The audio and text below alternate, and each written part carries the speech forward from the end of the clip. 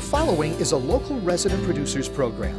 The program content is the sole responsibility of the producer and does not necessarily reflect the views or policies of CATV2, Oshkosh Community Access Television, the City of Oshkosh, the Oshkosh Cable Television Advisory Commission, or Time Warner Cable.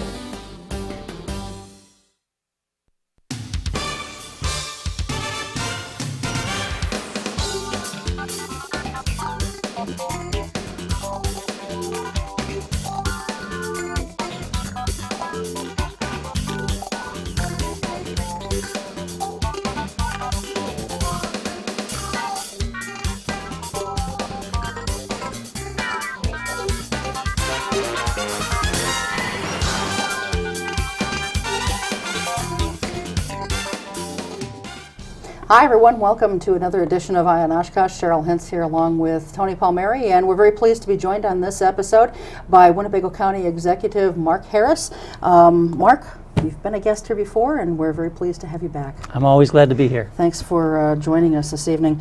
We're taping this on Thursday, November 2nd, and of course all this week the Winnebago County Board has been kind of embroiled in their budget hearings, so we're going to be talking about the budget process and what's been going on with that. We're also going to be talking about the proposed sales tax that Mark had proposed and which was defeated.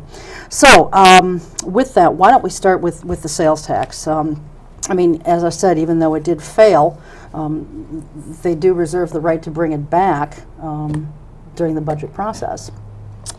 I don't think that's probably going to happen, but No, the process is pretty much over, and the sales tax not in it.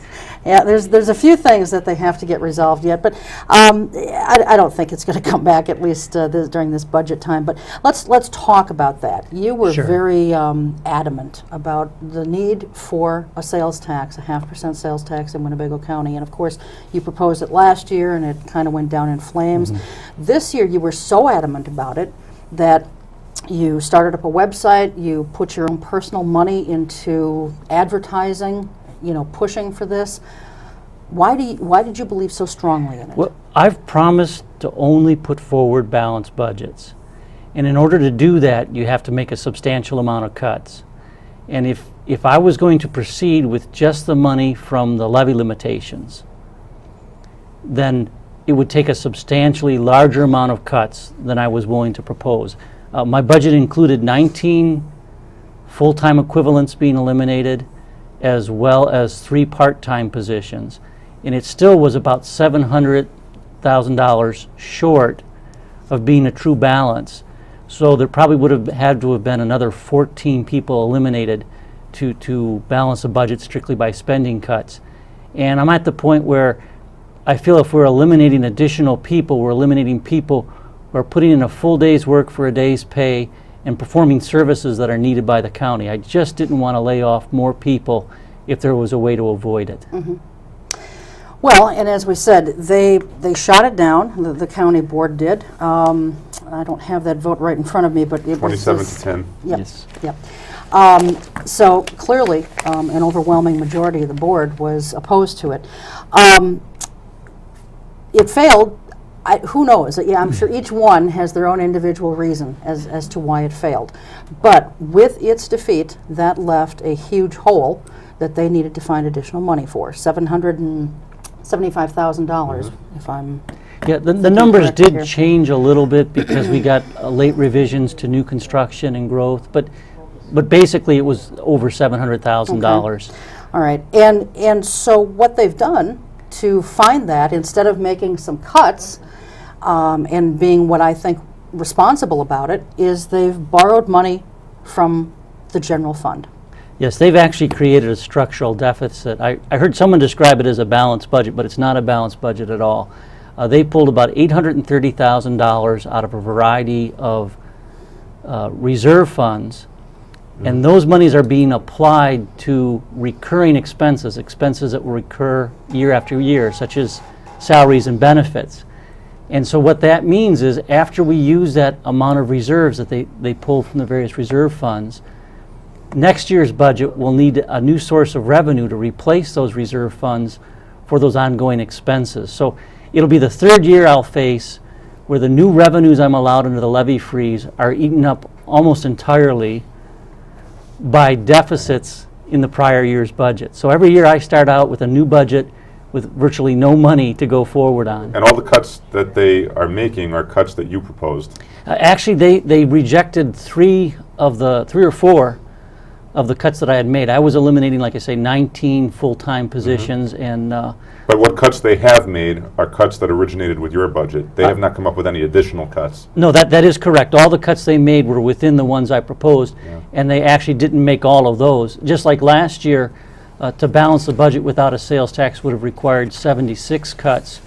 They were only willing to make 43 of those. Now, budgets are a give and take, Right. and you have to have some compromise and go along with the majority. But last year's wasn't a truly balanced budget. This year's isn't a truly balanced budget. They just leave me in the same position every year. You told me, I interviewed you on radio about a month ago, and you said at that time that if the board rejected the sales tax and only cut $775,000, that would result in about a $40 property tax increase for the average taxpayer. That you said at that time they'd have to cut an additional $1.2 million in order to keep the property tax rate flat. And that would be just keeping the rate flat, yes. Is this so? This is still true? Yes, with the amount of cuts they made, the tax rate will go up about 1%.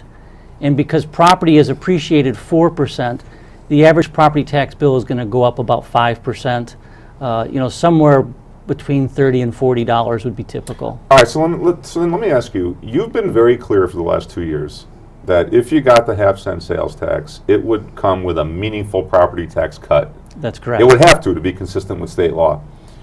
Why didn't that get through to the majority of the supervisors? I'm not sure, but I think they were getting so much pressure from a public who believed that the tax cut portion of this wasn't real. The majority of people do not believe that it's real. That's right. Well, in part, they've heard an awful lot of radio commercials telling them that, smart people know that you won't get a tax cut, Right. there'll just be more spending, or you may get a tax cut, but it won't last long. The way I had done it, I had given a 12% cut in the property tax rate, about a 65-cent drop in the rate, up front in January.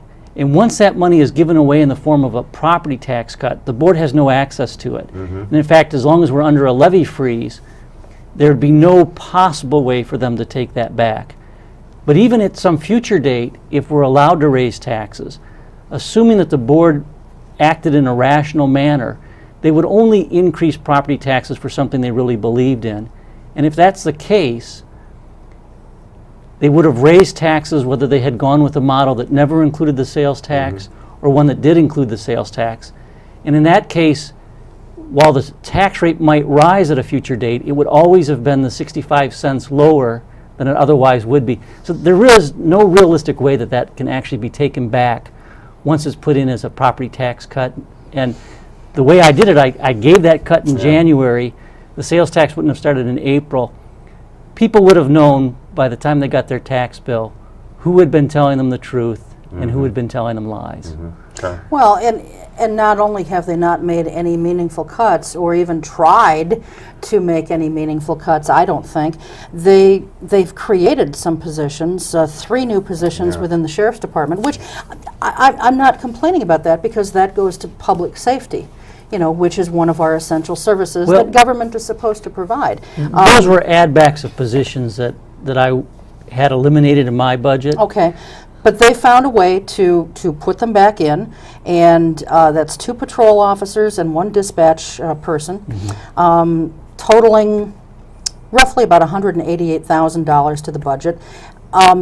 Where did they find the money for that? Did that also come from the fund balance? They actually took about $830,000 out of various reserves, and that shortfall was closer to $700,000. So in a way, it came out of reserves. There was some spending in the Sheriff's Department that was taken away. So it's a matter of perspective where it comes from. But the gap, after all the recalculations that had been done, was closer to $700,000, and the amount taken out of reserves was closer to $830,000. So I think you could argue that those positions were largely funded out of reserves. So do you think it's fair to say that the County Board of Supervisors has put this county on the path of what I might call a fiscal train wreck? Well, we're a long ways from the train wreck, but it was the first steps down that track, without a doubt. We're in a structural deficit situation, and I don't see how we're going to make it up next year. Next year, we'll start the budget in a terrible situation. We know new construction is slowing down. Mm-hmm. My guess is we'll get the 2% minimum or only a little more than that. So I might get $1 million of new revenue to work with. Right.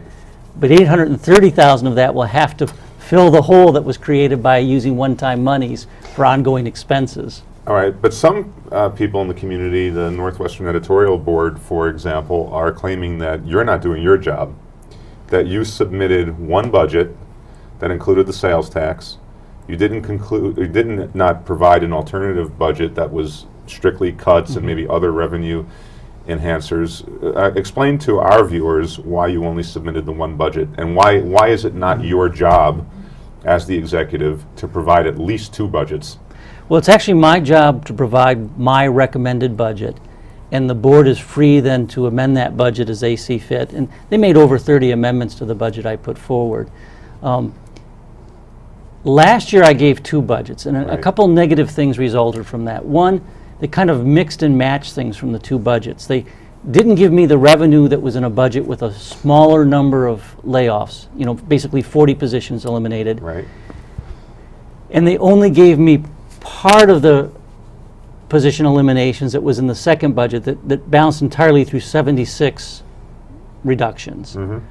So they mixed and matched. They took a number roughly equal to the reduction in employment in the budget that included the sales tax, but didn't give me the sales tax, and that created a structural deficit last year. And Sure. this year I wanted to put them in a position where they either were going to adopt the new revenues. And remember, all I was trying to keep for the county was the amount of sales tax that would have come in from the tourist spending in this county. Sure. The revenue that would have come in from local residents, 7.4 million of that would have gone to property tax reduction. Right. And then 800,000 of that would be spread out among the cities, towns, and villages that comprise the county. Yeah, Oshkosh could use the $800,000. Yes, they may be able to get through one year, but they're headed down the same tracks where they're going to have to get smaller every year. And this has been a big success for people in the state assembly. Mm-hmm. They're getting their political feathers for having cut taxes, but of course they only cut revenues that flow to local governments. They didn't cut a single revenue that flows to the state. When you ask them about that, they tell you it's because property tax was the real issue. Right. But you know what? They even have a state segment of the property tax called the reforestation program. They didn't cut that. Right. So they're getting the benefit of being able to claim they've made the cuts, even though the cuts are only impacting other layers of government whose spending was growing at a much slower rate than state spending. As we speak, the board has not finished this budget process, correct?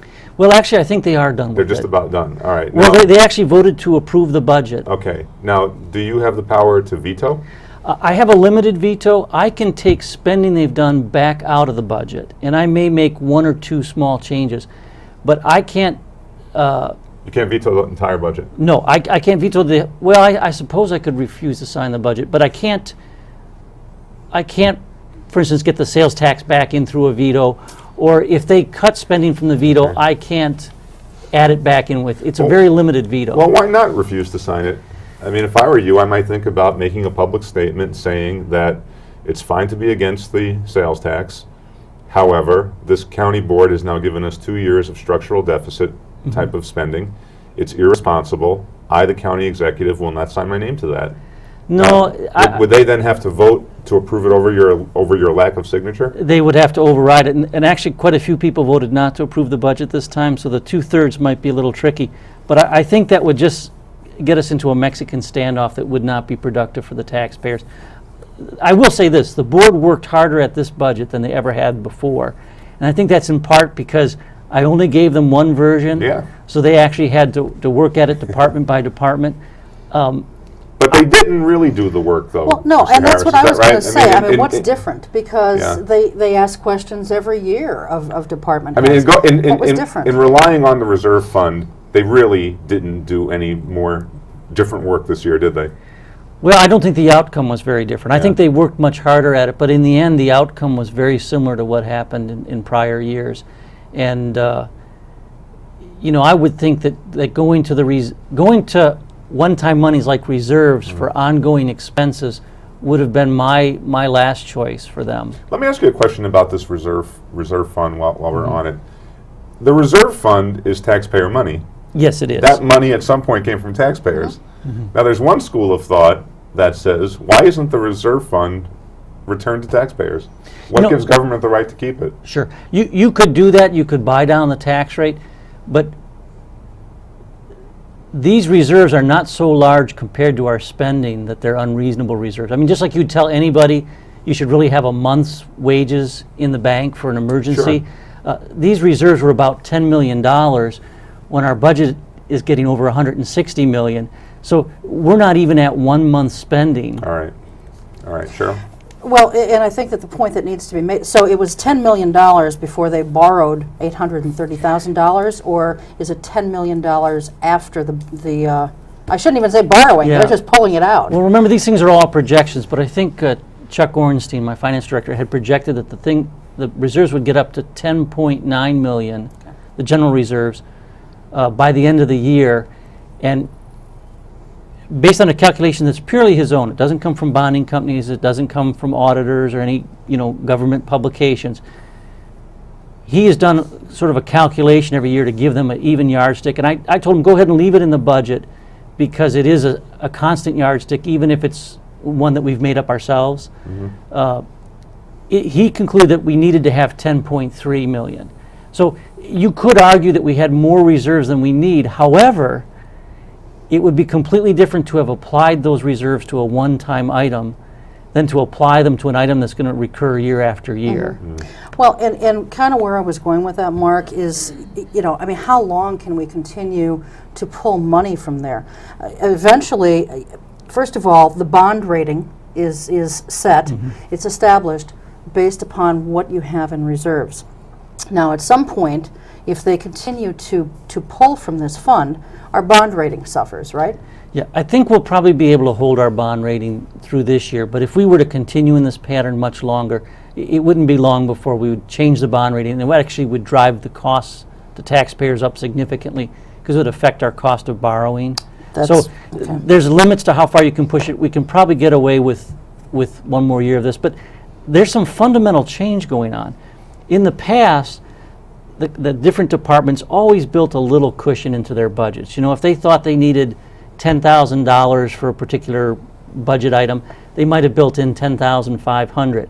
So then if an unexpected item came up, all these little bits of cushion in the various accounts would help them cover that without going past their whole budget. Because they've been held to such tight budgets, many departments getting no increase, some actually decreasing their levy, they have no wiggle room in their budgets. So the least unexpected thing may cause a given department to run over their budget. And so a rational man would expect that we're going to see a lot less surpluses. Now there's another issue, and I'm actually very proud of this, although some people on the board almost were accusing me of doing something wrong here. But 2 years ago, we voted some additional money into human services, a significant amount, with the idea that they would use that money to address their waiting list. We had close to 400 people who qualified for services but weren't receiving them because they were on a waiting list. And the human service director at that time was aware of all this debate that the governor might let the levy freeze through this time. He had vetoed it several times before. And his greatest fear is that he'll provide services to someone, developmentally disabled or frail elderly are the two categories primarily on the waiting list, and that his budget then will be tightened up, and someone who's already receiving some sort of home visits or some sort of special care would then have that yanked away from them. So what he was doing was saying, okay, I'm only going to take people on off the waiting list when somebody else receiving services passes away, so that I don't overextend myself. Well, he's been returning large amounts of money to the general fund each year because of that caution. And I felt these people were entitled to service, they needed the service. We put money in there specifically to address the waiting list, so I've directed him to be more aggressive at taking people off the waiting list and he thinks he can get it down, at least temporarily, down to around 200 people. That's what we put the money there for. But that also means, some good things and some bad things. It means we'll get significantly more state dollars, because we get 66 cents back for about every dollar we spend, maybe even a little more than 66 cents on that type of need. So by spending more in delivering those services, we also get more back from the state, although clearly we have to put in more money than we get back. That's a good thing. But the bad thing is, as he takes more and more people off the list and extends service, he's no longer going to be turning back large surpluses to the general fund. Oh. And his surpluses were covering up shortages in many other departments and even leaving some surplus beyond that. So, maybe the budget would have a structural deficit, show that it's budgeted to take $1 million out of reserves. But if Human Services came up with $2 million in surplus, more than the shortfalls in other departments, the reserves might have still grown. But it's unreasonable to expect that to continue happening when I'm directing him that he should be addressing the waiting list. And I'm proud that I've done that. It's also likely that other departments are going to see bigger overruns more frequently because they're budgeted so much tighter. All right. Let's talk about some of the politics behind all of this. The executive editor of the Northwestern has referred to you as the ultimate one-term Winnebago County executive. I suppose he's referring to the fact that you've been pushing for a tax increase, which in this day and age of politics, we're all Reagan Republicans now. Right? No one is ever allowed to call for any increase in taxes at any time. You've made the decision to call for one. Well, do you think that's going to result in a one term? No. Actually, I think people know I'm being honest with them, and I think it'll take time for people to accept that I am approaching this in a different way than what they're used to. I'm telling them what I believe to be true, rather than what I believe they want me to say. But I have some real concerns for government in general. When it becomes intolerable or unacceptable to have rational discussion of either spending or of revenues, then we've condemned ourselves not to address the major problems of the day. And the negative ads you're seeing on TV now, usually for higher level offices, but they'll point out that someone, this person suggested that they might cut this entitlement or they might cut this spending. And it's like, don't vote for them. They talked about this. Or they'll say, this person is open-minded to changing taxes. And if that becomes, like they used to say Social Security was the third rail, where you touch it and you die, that means we're going to have no rational effort to solve the huge fiscal problems that our state, local, and federal government are facing. It's a bad time for the country. But having said that, Mark, and I agree with you, but having said that, you ran for office in 2004. At no time during that campaign that I recall, maybe you heard something different, did you say you were looking seriously at a sales tax increase? Well, and then soon after getting elected, you discovered this need. So what would you say to the argument that you didn't try to initiate this rational discussion when you ran for the office? Perhaps if you had, you wouldn't be sitting in that office right now. Well, actually, I was asked about the sales tax in the campaign, and my answer was that I didn't favor it at that time, but that it wouldn't be reasonable to rule it out completely. I think I also had suggested that I wouldn't support it unless I could be convinced that it would be used for tax cutting instead of spending. Well, as I recall, the main thrust of your campaign was that your predecessor wasn't creative enough with the budget. She'd been irresponsible with the reserves. You certainly never suggested, I don't recall, that the sales tax would be the first option you'd go to. And in fact, I never would have considered the sales tax, but once the levy freeze was put in place, I was already working on the budget when that happened. I knew instantly that cut the revenue I would receive from the growth in our property tax base by more than 50%. Right. So immediately I knew there was going to be a problem. And at that point, there really isn't too many options left. I mean, the county only has two things that they have control of. One was property tax, and control of that was taken away with the levy freeze. The only other item we had control of is this option of adopting a 0.5% sales tax. But I will agree that because circumstances change, it's a bit of a change in my position. But in fact, wasn't I taking the bulk of those funds and putting them back into a tax cut? wasn't I really only taking the revenue from the tourists to keep it for the county? I mean, the sales tax would be expected to bring in $9 million the first year and $12 million the second year when a full 12 months were in effect. Of that $9 million, I was putting $7.6 million into direct property tax relief. Another $800,000 was going to local communities, and based on those communities' situation, some might pass it through as tax relief, others might keep it for tight budgets. But it is true, though, that any future county board does not have to break it down that way. No. That was your proposal for what would happen with the revenue, but the board wouldn't have to use it that way. No, actually, I was smart enough in the way I structured it. The property tax cut came first. So the board never had access to the money. They didn't. And once you give it in a tax cut, you know, let's say I did get the tax rate cut down to $494 instead of the I think it's $564 Okay. that the board ended up with today. If I had gotten that, the property tax rate would be down there, and now our levy freeze would be based off that number. So that would reoccur. People would continue to get the lower tax rate as a result of me having adopted the sales tax and given that cut. Year after year, it's like an annuity. It's not like a bonus.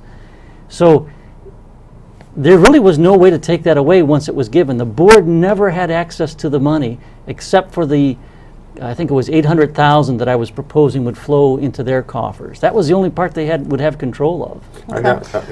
Well, Cheryl. just a couple of things. You had touched on tourism dollars a couple of times, and you know, just from reading some of the comments that people had posted on my website, they're a little skeptical of the tourism dollar claim. Sure. You know, saying that people who come here for a convention or whatever, they're not going to be buying big ticket items. But you know, where did you come up with the money that would be attributed to tourism dollars? Davidson and Peterson and Associates prints out the amount of tourism dollars spent in each county and then ranks the counties by their tourism. Winnebago is right near the top of the list. This is the 2005 expenditures, which were $230,464,516, giving us a rank of 14 out of all the counties. Okay.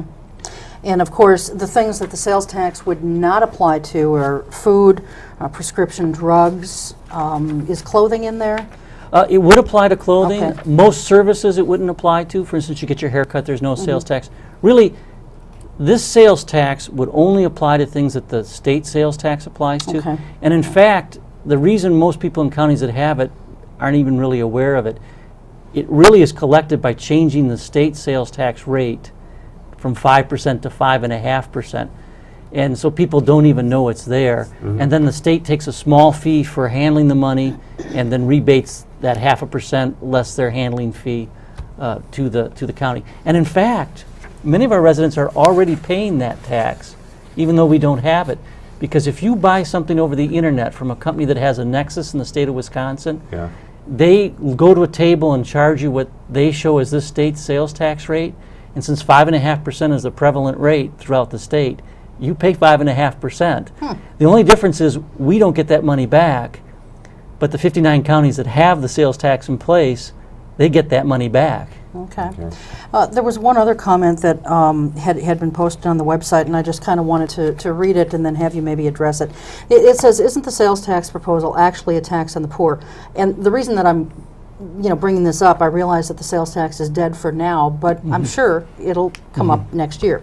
So they went on to say, right now the county revenue is generated from the taxation of property in the county. The Harris proposal would move the source of taxation from the property owners to the people purchasing goods and services throughout the county.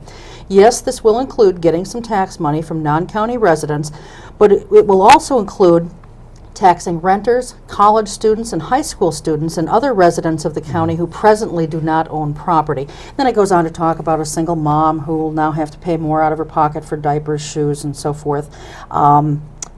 So address that a little bit. Sure. Well, the Wisconsin Taxpayers Alliance says that sales tax generally is regressive, and that Wisconsin sales tax is a little regressive, although not terribly regressive because of the exemption for food bought in a grocery store and medication. But it's actually less regressive than property tax.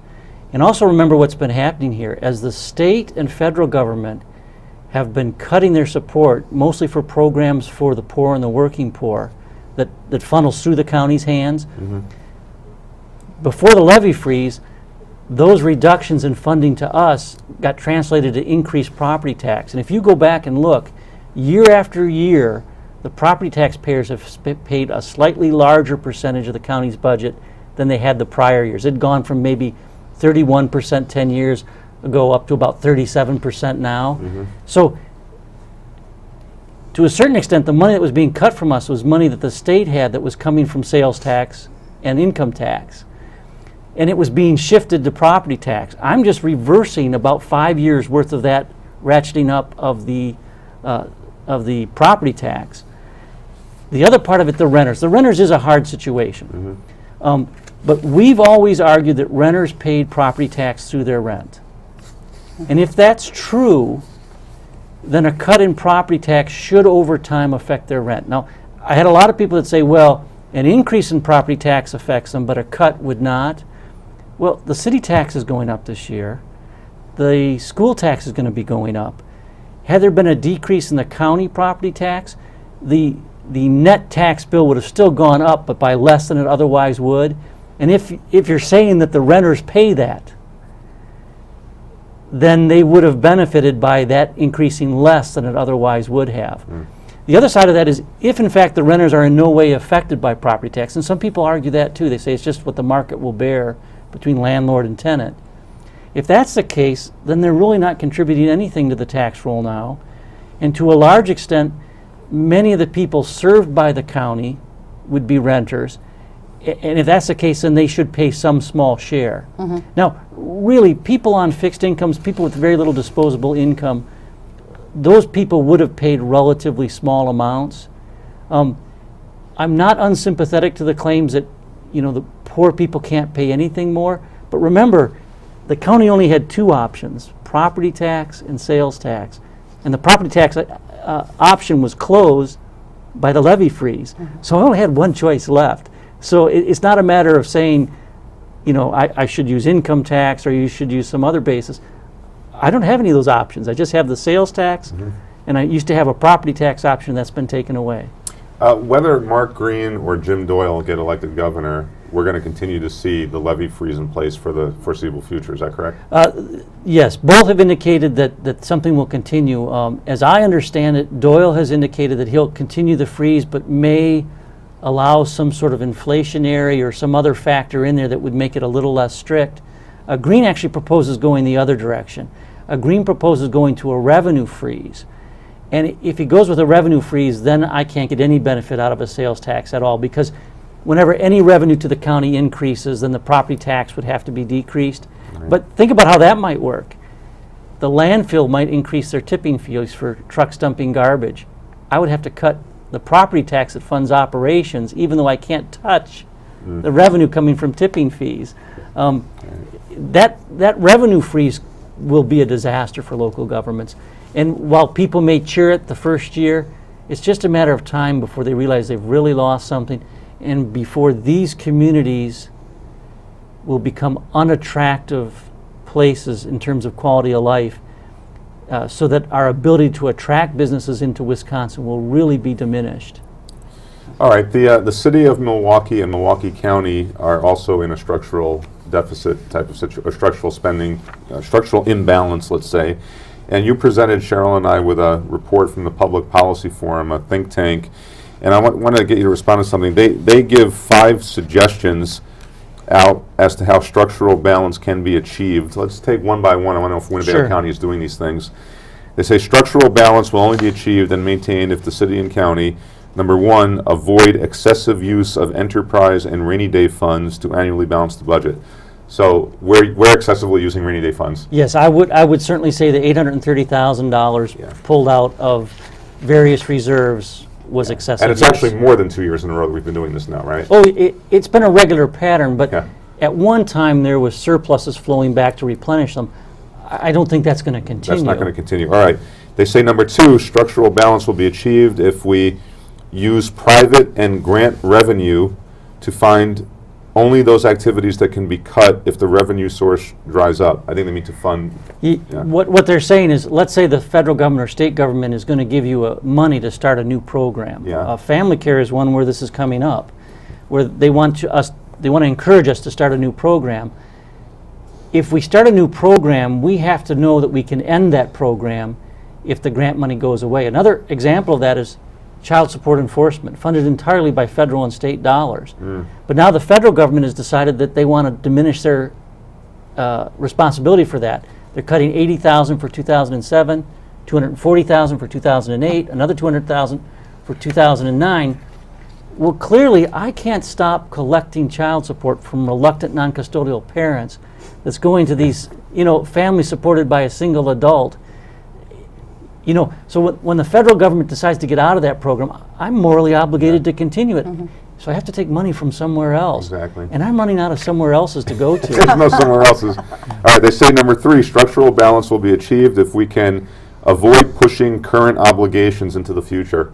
We're not doing that, are we? Well, there was quite a movement looking at putting different things on bond issues that normally aren't. And there was enough members of the board that understood this issue that I think they resisted it pretty much through this budget. But there's a lot of pressure for people to say, well, let's just borrow and spread it out over time. It doesn't cost. Irresponsible, yeah. Well, it doesn't cost you less when you pay for it over time. Yeah. So if it's something that isn't going to last, like for a building that's going to last 50 years, spreading it over 10 years, that's not a big deal. But if you start buying equipment that's going to last 3 years and paying for it over 10, you're just putting yourself in a worse position. Yeah, and you're punishing your children and grandchildren. Yes. Number 4, structural balance will be achieved if we respect cash financing goals for capital projects. Yeah, I think I think they're just talking about a cash flow issue there, that you've got to respect that you have to have the current cash flow to do these things. All right, and then finally, number 5, I think this is important. The County Board of Supervisors should be willing to think creatively about revenue diversification and spending prioritization. Now, revenue diversification sounds like a code word for possibly increasing your sales tax. Yeah, more than one source of revenue. Our only source of revenue that we get money from the state and federal government. Yeah. We get some monies from fees and fines, but the significant revenue we control is property tax. We could have had 2 sources, sales tax and property tax. Remember, property tax is subject to swings in real estates, and I'm seeing lots of evidence that both the new construction's almost down to nothing, and that even the growth in the underlying properties is down. I'm hearing stories of people that are putting houses up for sale and that they can't command the same price that they may have bought them for even a year or 2 ago. Wow. What about spending prioritization? Do we have a committee in county government that tries to establish at least some ideas for spending priorities, or is that your job as the executive? That's largely my job. I think we are going to form a committee, and P&F is probably the proper place to do that. And Personnel and finance? Yeah, probably bring them in on the planning process. But when we do the budget, the head of the committee related to that department is invited in, as well as the head of that department, and we go line by line over those budgets. I think there has been some prioritization. I mean, some departments were forced to hold their budget flat. Others actually cut the amount of levy they had. The sheriff department actually got more new money than the net increase in levy for all other departments combined. And yet I'm hearing some people criticizing me, well, how can you cut public safety? Well, public safety got the lion's share of this budget. That's absolutely certain. Sure. All right, Cheryl. Before the show, Mark, you had said that Winnebago County Board Chairman Dave Albrecht had said to you, and I'm paraphrasing here, that this wasn't that difficult of a budget, just, find some place to cut. Yeah. I mean, is that a fair representation of what he said to you? It is. Well, actually, he quoted to the paper that, Harris is taking the easy way out with the sales tax. He just needs to make some cuts. Well, why didn't he make some cuts? Why didn't the board make some cuts? I think they took the easy way out, much more so than you.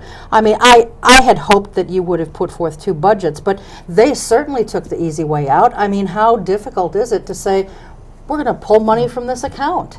I think many of them came up with some ideas, but collectively, the board didn't do much that was creative. And in fact, at certain times they said, well, why don't we consolidate some things?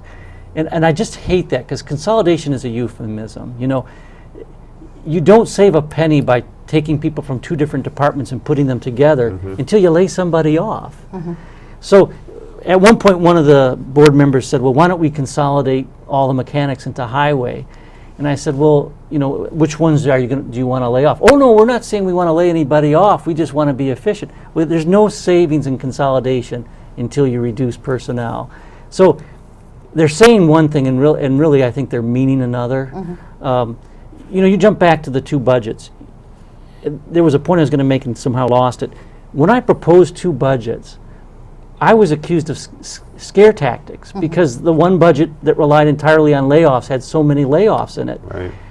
And also the Chamber of Commerce in the north end of the county, I heard from a lot of their members that said that they heard I was adding 36 people, and I'm thinking, you know, I'm either cutting 40 or I'm cutting 76. And then it dawned on me, the difference between 40 and 76 was 36 people.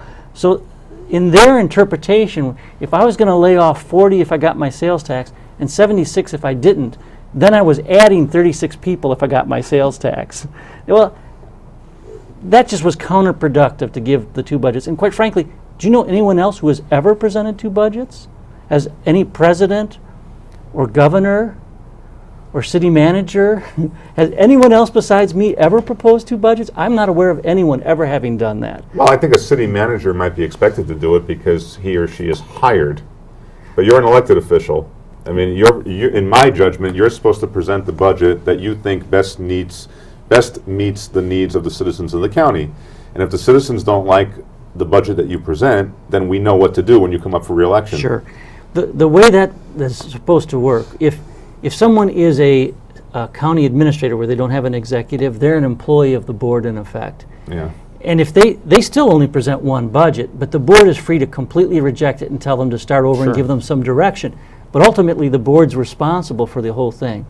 If you're an elected county executive, they don't have a right to do that. Right. They have a right to change my budget, but my budget is my recommendation. Now, last year I gave them two because I knew there was going to be some give and take, and I felt they needed some sort of itemized list of options. But this year, I really wanted them to give me the revenue. I really felt I was making enough cuts after last year's cuts and this year's proposal that I wanted them to give me that revenue. But if they didn't give it to me, I wanted them to be responsible for some cuts. Because I'll tell you, last year, some people said, well, we can make all the cuts because those are your recommendation. We'll just say that they're your fault. Exactly. And it's like, well, but I'm telling you what I want you to do is give me the sales tax and do a lesser number of cuts, but I'm giving you this option so you can, you know, maybe take some of my suggestions and you know, kind of mix and match and choose what you want. But they really mixed and matched them in a way that they created a structural deficit. Now, all these people on the board are nice people you'd be glad to have as a next door neighbor or a friend. But I don't think they really got done what needed to be done this year. No. I think they needed to make some really tough choices about cuts or the revenue. And I just think they felt so much pressure from a public, but a public that was deliberately misinformed by interests that wanted to beat the sales tax. Most everybody I talked to knew absolutely nothing about the fact that I was offering a large property tax cut. I was trying to give them back what was collected in sales tax from people living within the county. I was just trying to take what came in from the tourists, although I was giving a little bit of their money to the local communities, which may have passed it back, or if they were in dire straits, they may have kept some of it. And quite frankly, both Menasha and Oshkosh, in my opinion, are in pretty tough straits. Okay. But that would have at least somewhat held the line, even if just a little bit, on our local property taxes. Oh, I think it would have. You know, and I think that this whole property tax freeze thing is kind of a misnomer because it's not really freezing taxes. I mean, you just said before that our county taxes are going to go up on average about 5% this year. Yes. And that does not include what the school board's going to do and what the city's going to do. That is correct. So it really is kind of a misleading statement. Karen Seifert was a family court commissioner. She got elected judge. you had talked before you presented your budget about possibly not restoring that position. What happened in your final budget proposal? Was that court commissioner position in there? That court commissioner was in there. The board actually had addressed that this summer where they wanted it to be put back. I was actually only asking them to wait until they got to the budget because I didn't want them to hire someone and then not include it in the budget just a few months later. But they went ahead and wanted it filled in that process. Well, that would be an taking example, place. though. If they'd cut that position, that'd be an example that they were serious about cuts, wouldn't it? That would be a tough cut to make, because we need family court commissioners. They do an incredible job there. They have probably more workload than the judges. Well, when you think about what the county does, it's into public safety, the 9/11 calls they handle, the jail, the sheriff's office, human services. People are in desperate need. Child neglect and abuse, Yeah. the frail elderly. There isn't much that the county does that you couldn't argue that it's pretty vital. Even snow removal or road repair. I mean, there could be life or death consequences. I mean, it's possible. So there's nothing that's easy choices. In fact, I kind of figure that the only thing I can lay off that people won't say is a scare tactic is the accountants. And by golly, I got few of them and I need them. Well, some people argue, some people in Winnebago County, the city of Oshkosh, really do believe that county employees, city employees just have it way too good. Their benefit packages are exorbitant. Their raises are exorbitant. Their salaries are. Do you believe that that's true in general? And B, what is your view on how we get people to work for the public sector unless they have relatively decent benefit packages? Well, I do think probably over the last 5 years, Yeah. From maybe 2000 to 2005, that in the private sector, even though inflation was less than 2%, the average person was doing poorer than that. The wages in total were still going up because that top 10 or 15% were getting huge increases. Mm-hmm. But the average working person was seeing increases that were less than inflation, even though inflation was less than 2%. So they were treading water. The government employees were still... You've got to get your mic back on. The government employees were still moving along at a pretty good rate. Move it up, Mark. Well, And it's on backwards. We want to hear you. Well, so There we go. just to go back to recap for what was probably missed, all right. from 2000 to 2005, in the private sector, most people were making no headway at all. They were losing ground to inflation, even though a small percentage was making huge gains. Right. Okay.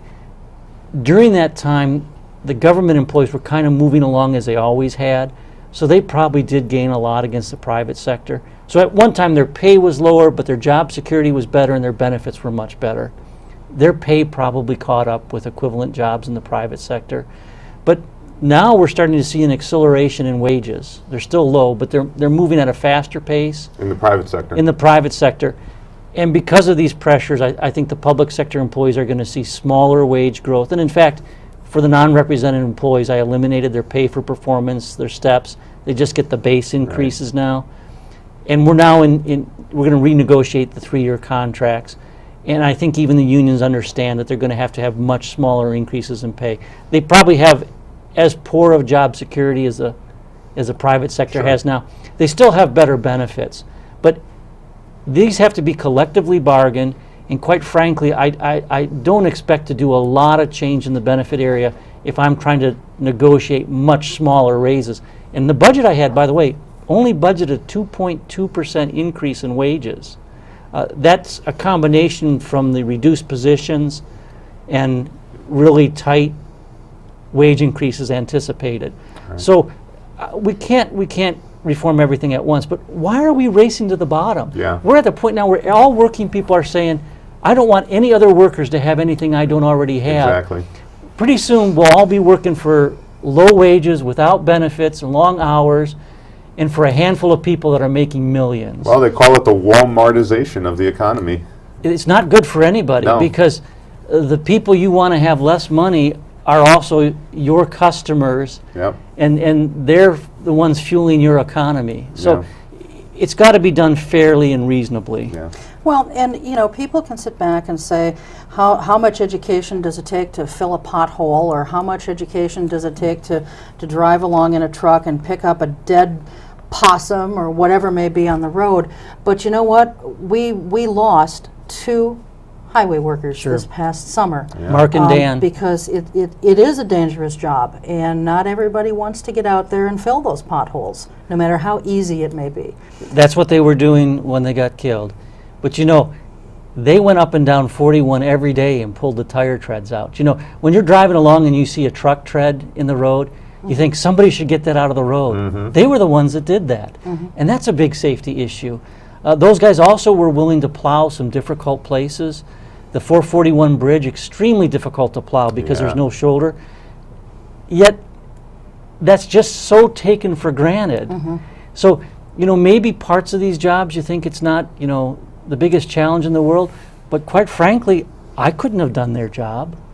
And so, a lot of these jobs are dirty, some of them are dangerous, some of them that you're dealing with elements of society that aren't always fun to deal with. It's always easy to think somebody else's job is simpler or easier. You hear people say, gee, when they're doing some road work, there's one guy looking in the hole and just one guy doing the work. You know what, that's state law?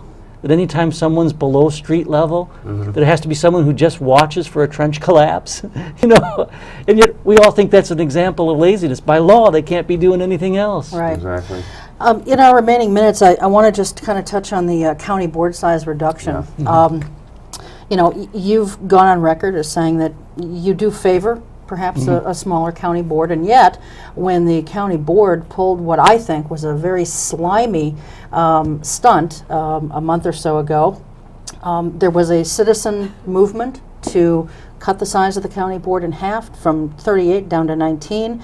County board decided that they were going to do an end run around that citizen group. While they were out busy gathering signatures to get a referendum on the ballot, the county board says, we'll show you. They cut themselves by 2 people. You had an opportunity to veto that decision, and you didn't. Why not? Well, I set 4 criteria up that I was going to consider. One was whether the districts were going to be defensible, and I didn't think they would be, actually, when I started, but it turns out there was court cases that said, if there was a specific reason why there would be a disparity in population, that you could go up to, I think it was 17% disparity, and we can come in within that. I looked at, were these people representing their districts? And in fact, in the rural parts of the county, they definitely do not want to downsize the board. They want someone who's in their local community, and if you combine 2 of these rural jurisdictions together, they would be huge. You would have from Black Wolf all the way to Nepiuscum would be in one district. So these people are fearful that they won't know or have contact with their board member. So the people in those rural areas, they were voting the wishes of their community. Up at the north end of the county, it plays very different. They were very suspicious that any sort of downsizing might somehow favor Oshkosh. I don't think that's true, but their general sentiment in the northern end of the county was that they weren't particularly interested in the downsizing. So most of these people came from districts that they were reflecting. Another question was, is there any sort of redress? Well, you know what? The groups that wanted to downsize the board should probably vote for people in the next election that they believe will support that position or make the reforms that they want. But quite frankly, I don't think the smaller board is their end objective. They want a better board, and they were just hoping that by reducing the size, it would create more competition for those seats. But it actually makes it harder for a newcomer to run for a seat in a bigger district. Oh, yeah. And there was one more reason. Let's see, we did redress, we did size. The statute specifically provided for a race to the courthouse. And the signature group kind of jumped the gun a little bit by saying they were going to go to 19 before the committee that was established to decide that even had representatives from their group in it. And when they were going to push ahead with the 19 before that committee was done, the reaction was for the board to push ahead to 36. And so, by golly, that's exactly what the statute had created. So I felt... So it sounds like you believe that the statute is not a good one. No, it was badly written. There's All no right, doubt. so then what do you think about, there's currently a movement among some of the board members to pass a resolution that would urge the state legislature to repeal the Underheim statute. He was the one that got this passed. What do you feel about that? Well, if their goal is to adjust defects in the statute or substitute it with something that's more workable, that's good. If it's just to eliminate entirely, I think that may be adding insult to injury. What I would actually like to see is say that the board or the public, by referendum, can reduce the board size at the time of a new census, because at that time we change all the underlying wards. And another defect in the statute was it didn't allow you to change the underlying wards. So even though you could change the number of districts, there was only a couple of numbers that would work out without causing these hugely disproportionate districts. And really the time to make that change is at the time of the census. What we need to do between now and then, though, is reform how the board operates so that we have less and more streamlined committees. Because without that reform, you cut the board numbers in half, but then they have to attend twice as many committee meetings, and you've saved nothing. How could you streamline the committees? How would that work? I think several of the committees can be combined if they have similar topics. And I actually think that would get the board more focused on just doing broad policy and not getting entangled in the details of departments. Okay. And it would reduce the number of meetings they have to go to. I think they actually would do a better job of what the real purpose of those committees are if you would combine 2 or 3 committees. We have that now in judiciary where they have the coroner, the sheriff, the clerk of the courts all combined in one committee. You could combine other things in a similar fashion. Do you think this board size issue, Mark, in many ways is a distraction? I mean, nothing against the 7-member Oshkosh Common Council, the 7-member school board. I don't believe those bodies make better decisions than the Winnebago County Board. I'm not saying the Winnebago County Board is a better governing body, but the idea that because the Common Council in Oshkosh has 7 and the school board has 7, they make better decisions, I don't buy it. No, I don't think the size is the issue. I think the end goal was they want to see more contested races.